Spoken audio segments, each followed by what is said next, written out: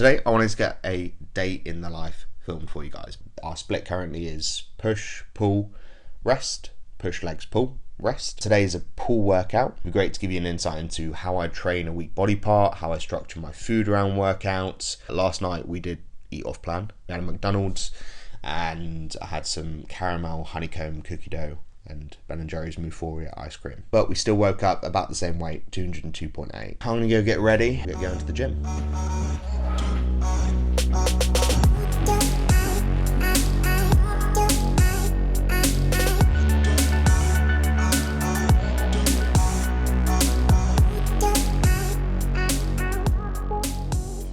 So meal one is 100 grams of CSN cream of rice. We've got the buttered pancake there. Perform whey cinnamon donut. I'd say it's probably a 6 or 7 out of 10.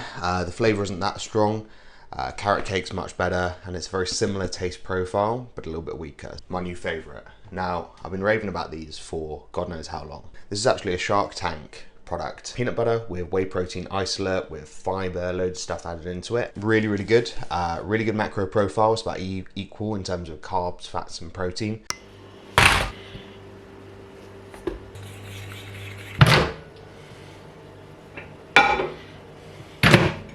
Cream of rice should be thickening up. There we go, look at that. Sorted. So let's get into this. So 25 grams of the nuts and more. 25 and a half, 30 grams of the cinnamon donut whey. Weigh everything. I learnt this in prep because, like, for example, one scoop of this is meant to be 30 grams. One scoop of this is usually about 35, 40. If you're going to take the time to track it, at least just switch your scale and do it properly. Do you leave all your toppings on top or do you mix it all in? Personally, I mix it all in. I like the little, like, peanut butter surprises. Tell me what you do in the comments. I nicked this spoon from the shard. Bad man. That meal was about 88 grams of carbs, about 9 grams of fat, and about 36 grams of protein. So really good macro-wise. I've got a little bit of fats in there to slow down the digestion of the carbs, because cream of rice digests really, really quickly. We do eat within about an hour of training, so that's why I go for cream of rice. Digests quick, tastes good, easy to make, quick to make. We've got deadlifts in the program today, so we're definitely gonna need that intra, and we have an intra workout. 20 grams of cyclic dextrin, 10 grams of EAAs, 5 grams of creatine. I'm gonna finish up here and then we'll head out to the gym for all day.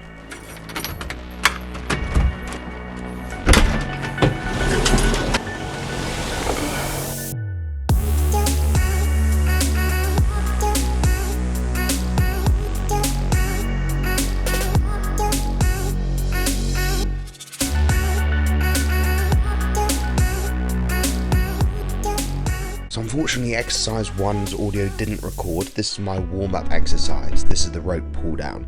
This is obviously targeting the lats. As you can see here, we've got sort of feet planted right on the ground. This is a really good exercise to warm up the lats, and we go for pretty much straight sets on this exercise. Now, I was just about to talk you through basically the reason why we use the D handles. The reason why we use them is because we're able to get you know, a longer range of motion than on a rope, and a lot of people actually make this mistake. So if you see here, you know, there's the difference between pushing down with your triceps the movement and actually using your lats and back.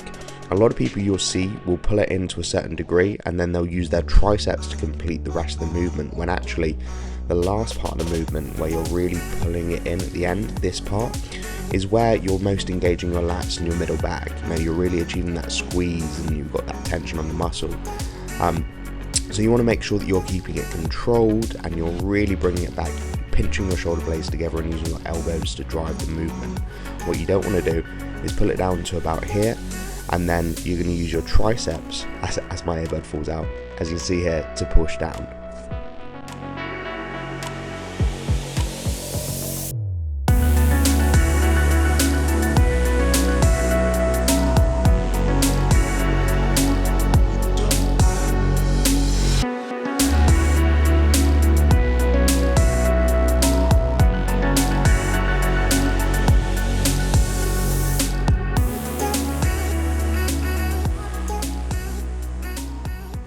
Starting off with RDLs, we're going to start off on the lowest weight. This is just literally to feel out the movement, make sure that we're correcting any form mistakes we're making. So feet shoulder width apart, pretty much just as the grips start for me. Make sure they're in line. Literally squat down, grab the bar, shoulder width again. Now you're going to be driving from the legs. You're coming out of this movement, so you're going to be squatting down, shift against the bar, using your heels to drive back up. No arms in this, do not use your arm muscles. If when you come to touch down, if you watch as I drive up, it's all going to be in my legs. And then as you come down, it's your far away to know you're doing it wrong. When you come down, so for example, bar touches down at the wrong position, right? One side goes down before the other. It's because you're engaging your arms.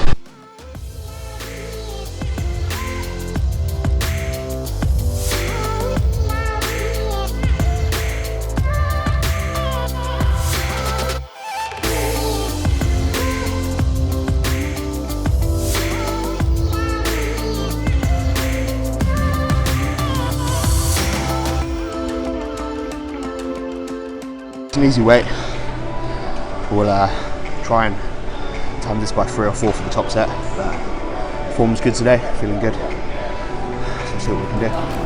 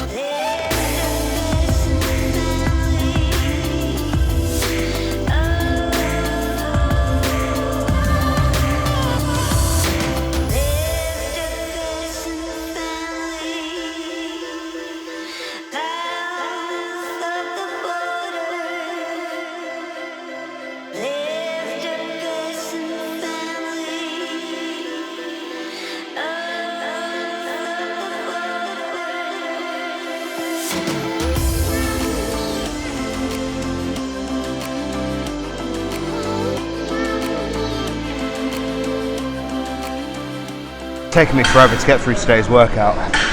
I'm sweating. I don't know if it's because of body fat or what, but we're a bit of a chubster right now, so maybe the cardio health needs a bit of work. This exercise is the hammer strength pull down. Fuck me. We'll get through it. It's not always easy, even in the off season.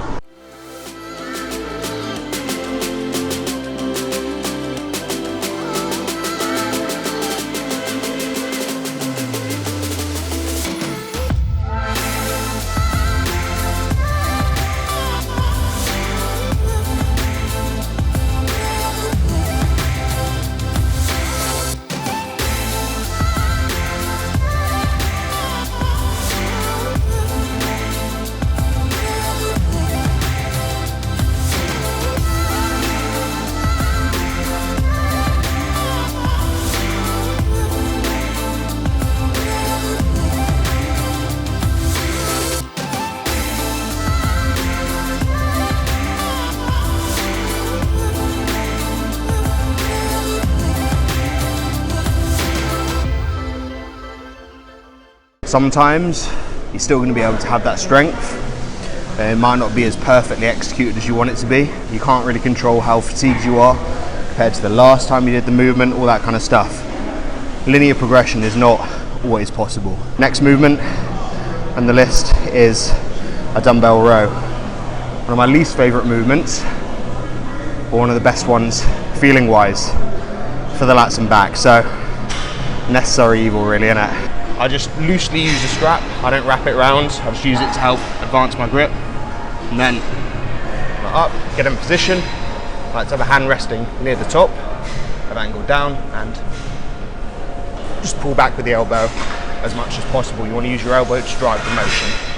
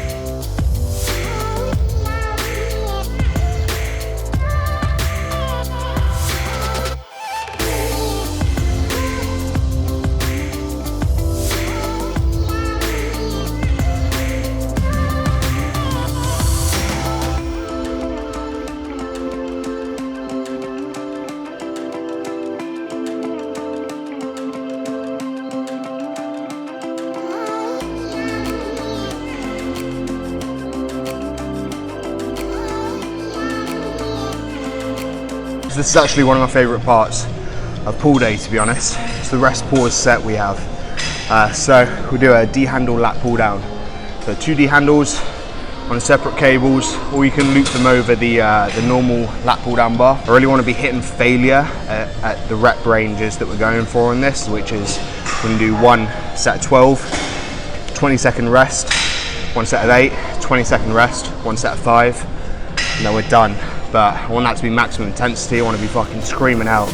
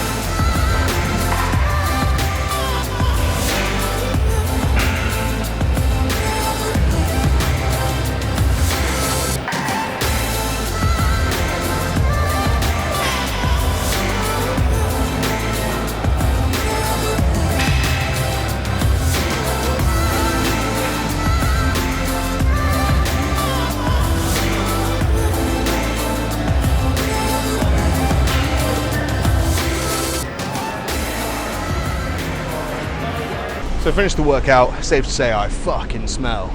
Need to get back, need to get some carbs in me, replenish this energy post-workout. We're in the gym for like an hour and a half, 2 hours today, so it's a long one.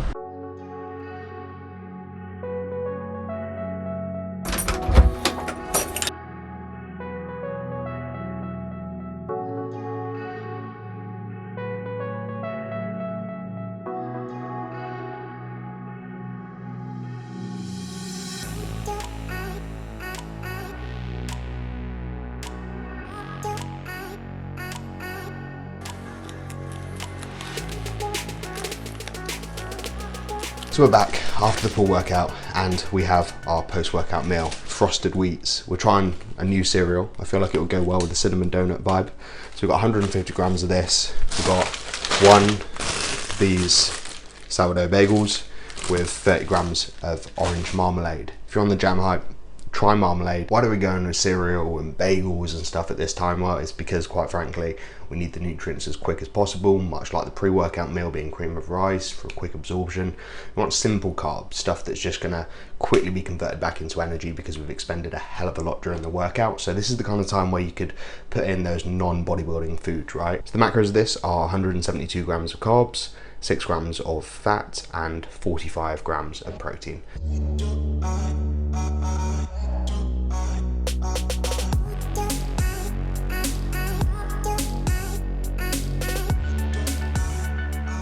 This is where we keep the stores. So at the minute, there's a couple of different things I'm using to pin on cycle.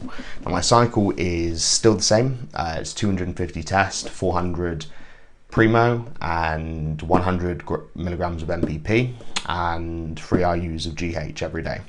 So I've got 2 different types, or 3 different types of needles, I should say. One type is the 27 gauge Unisharp insulin syringe. So those 27 gauge needles are good for, in my opinion, intramuscular injections. Micro lances, these are 21 gauge. These are for drawing only. So I draw the oil out of the vials with these, and then I backload it, which is the process of, and I'll show you doing this now so you can get an idea. An insulin syringe here. So you'd attach the micro lance, the 21 gauge needle, onto the larger syringe, about 2.5 milliliter syringe. Draw your liquid into it, measure it up, and then with this, you've got the plunger.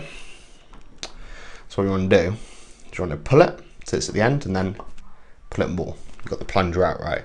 Now, you don't want any of these to touch anything. This bit can touch the ground, that's absolutely fine. This bit's sort of fine as well. But you don't want the black tip that's going to contact the liquid or anything up there to touch the ground. So balance that precariously, and then you'd squeeze it in and basically put it in through the back. Then once you've got your oil in there, you just put it on there to make sure nothing leaks out. Turn it upside down, let it all drop down to the black bit so that you're not going to push all the oil out once you push that black bit back in, and then push it up, and then just do it until the oil is almost at the top. Give it a flick, get rid of the air bubble, and then squeeze the air bubble out. And there you go, you've got a backloaded syringe. And this is really, really useful because it doesn't blunt the tip for when you go to inject again. That can really cause some pain, you know, when you're trying to push a blunt needle through your skin. That just helps freeze. It's also quick. It means that you can prepare multiple ones in advance. So yeah, that's basically the process. We'll chuck that one out. We're also using growth and HCG. So the growth hormone is a subcutaneous injection, so that's just underneath the skin in the fat. And so because we're not going intramuscular, we don't need to worry about something being thick enough to pierce the muscle. 29 gauge, not sure if you can see that there. There we go. 29 gauge Unisharp syringes, focus again. We use 2 of them a day. I do not backload with those. I'm just very careful when I'm drawing out the vial not to, you know, try and pierce too many times or blunt the needle through that. But it's usually easier to inject subcutaneous. You don't need to worry about piercing a muscle. So if it's a little bit blunted from drawing the liquid, it's not too much of a big deal. But 29 gauge, because it's really small, not intrusive at all. Yeah, and just make your life easier, right? So that's the setup. We have got a pin later, we won't do that now. Usually I'll do it pre-workout, but we didn't really have the time this morning. The reason I do it pre-workout usually is because when you've got that oil in the muscle, and then you come to train that muscle, so try and, if you're gonna inject before your workout, try and do it in the muscle group you're about to train. It actually has been shown to help to reduce estrogen conversion. I don't know how legitimate that is. I read it in one post. But either way, it's worked better for me in terms of feel and pip as well. I haven't had pip in probably about a year now. Also because I use the insulin syringes, but mainly because I'm injecting the day of working that muscle. I feel like it distributes the oil really quickly, gets into your bloodstream because you're forcing blood into that muscle, right? So it's gonna help transport that liquid throughout the body and get it acting quickly. So that's my bro science approach to it. As I've said, I stick somewhere in the middle between bro science and natural science. So I'm sure there is some science to back it up. Drop in the comments if you know anything about that, but it seems to be working well for me so far. Just got a delivery. This is, I believe, our cream of rice, our new pump pre-workout. So we are, I've got the Strong Sports caramel white chocolate. I've heard good things. We needed a replenishment. So we picked up another 2.5 kilos of that. I was on Redcon 1 big noise. Although it works, you know, I haven't really tried any other pump pre-workout products, and I want to eventually start doing like at least a workout or 2 per week without a stim pre-workout, because I feel like my heart rate's already running quite high, resting heart rate level. I don't want to exacerbate that by just continuing to stim myself up. So got this, the Strom Vascu Max, unicorn piss flavor. Lovely. Seems to be well touted as a good pump product. We'll mix that in with our other pre-workout, which is Total War by Redcon. This is a really, really good stim pre-workout. As I said, I'm trying to just reduce my reliance on stims a little bit. So hopefully combining these on our training days and just taking this on some days will help. So we're just gonna jerk up some salmon to go with the rest of the rice. We've got 150 grams of rice. And then tonight we have sourdough, 4 Blue Arron Chana eggs, fancy eggs, but they're really, really good yolks. Then we also have some cream of rice and the Grenade Carb Killer spread. So I basically accidentally ordered another tub of Grenade Carb Killer on the Amazon Subscribe, so I'm going to use that instead of some nuts and more as I'd usually use. So that's the rest of the day's worth of food. I am going to chill out. We're actually knee deep into You season 3. I don't know about you, like I said at the end of season 2, I was like, I can't keep doing this. This is just the same shit over and over. How many people are they going to kill? It turns out more. But yeah, season 3 is actually shaping up quite well. I like the fact they've changed the dynamic. It's not just the same old, same old. But anyway, no spoilers. I'm going to get to prepping the salmon and then I'll see you later on. So technically it's later, right? By later, I mean a couple of days later. So it's actually Monday. After filming the training day that you've just seen, I had way too much footage. I didn't want to just throw up a 45-minute episode for the sake of it, and realistically not much really happens on my rest days, or nothing did yesterday, so I didn't really want to make a video for the sake of it. So I'll be giving you a full rest day optimization video later down the line, and a full day of eating for mass, so that you can see a bit more about the food and nutrition side. But I hope you enjoyed today. A bit of an insight into like a normal everyday for me. This isn't especially going to Kings or especially doing whatever, right? This is just my standard bodybuilding centric life. So it may not be exciting, it may not be a roller coaster ride, but at least you know what to expect. Also a special note, like as I filmed this video, actually we unlocked the community tab of the channel. So I'm really, really thankful for all of you for supporting me, for coming along on this journey.